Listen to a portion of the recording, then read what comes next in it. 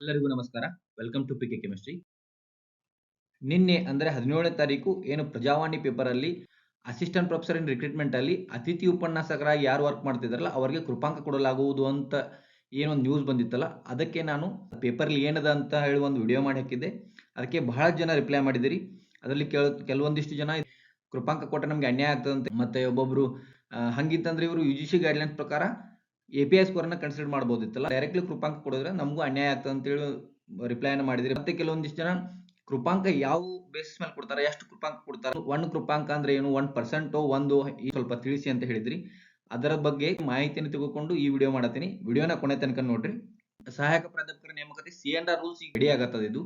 ಇದರಲ್ಲಿ ನಿನ್ನೆ ನ್ಯೂಸ್ ಪ್ರಕಾರ ಯಾರು GFGCಗಳಲ್ಲಿ ಅತಿಥಿ ಉಪನ್ಯಾಸಕರಾಗಿ ವರ್ಕ್ ಮಾಡ್ತಿದಾರಲ್ಲ ಅವರಿಗೆ ಗರಿಷ್ಠ 5ರಿಂದ 10 ಕೃಪಾಂಕ ನೀಡಲು ಪ್ರಸ್ತಾವನೆ ಇದೆ ಅಂತ.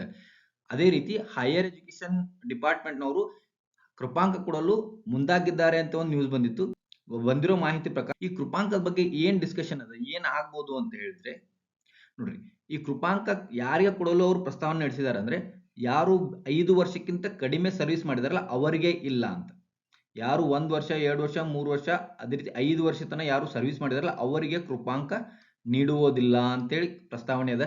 ಯಾರು 5 ವರ್ಷಕ್ಕಿಂತ ಹೆಚ್ಚು 5 ವರ್ಷದಿಂದ 6 ವರ್ಷ ಒಳಗೆ ಸರ್ವಿಸ್ ಮಾಡಿರ್ತಾರಲ್ಲ ಅವರಿಗೆ 1 ಕೃಪಾಂಕ, 6ರಿಂದ 7 ವರ್ಷ ಸರ್ವಿಸ್ ಮಾಡಿದವರಿಗೆ 2 ಕೃಪಾಂಕ, 7ರಿಂದ 8 ಸರ್ವಿಸ್ದವರಿಗೆ 3 ಕೃಪಾಂಕ, 8ರಿಂದ 9 ಸರ್ವಿಸ್ 10 ಕೃಪಾಂಕ ಮತ್ತು 9ರಿಂದ 10 ಸರ್ವಿಸ್ ಮಾಡಿದವರಿಗೆ 5 ಕೃಪಾಂಕ, ಮ್ಯಾಕ್ಸಿಮಮ್ 5 ಕೃಪಾಂಕಗಳನ್ನು ಕೊಡಬೇಕು ಅಂತೇಳಿ ಹಿಂಗೆ ಪ್ರಸ್ತಾವನೆ ನಡೆದಿದೆ ಅಂತ ಒಂದು ಹೇಳಿದ್ರೆ.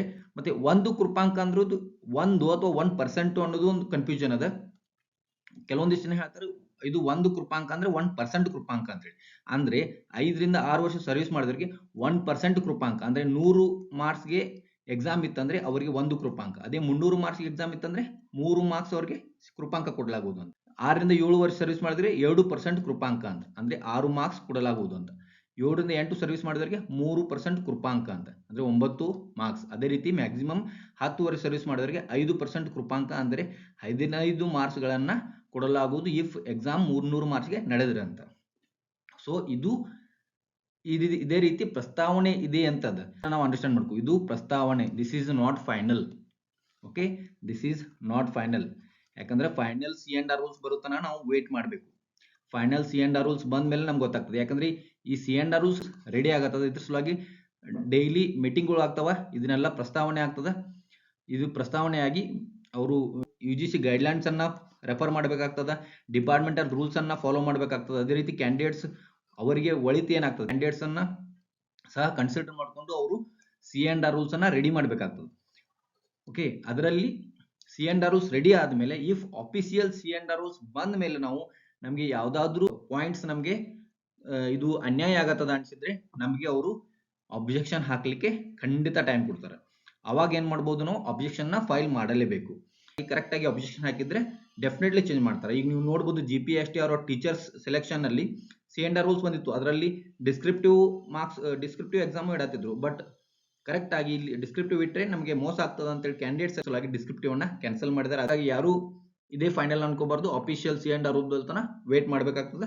ಡೆಫಿನೆಟ್ಲಿ ನಮಗೆ ಟೈಮ್ ಕೊಡ್ತಾರೆ, ಅವಾಗ ನಾವು ಅಬ್ಜೆಕ್ಷನ್ ಹಾಕ್ಬಹುದು. ಓಕೆ, ಇದಿಷ್ಟು ಮಾಹಿತಿ ಅದ. ಮತ್ತೇನಾದ್ರೂ ಮಾಹಿತಿ ಇದ್ರೆ ನಾನು ಈ ಚಾನೆಲ್ ಹಾಕ್ತಿರ್ತೀನಿ, ಫಾಲೋ ಮಾಡ್ರಿ. Okay, thank you.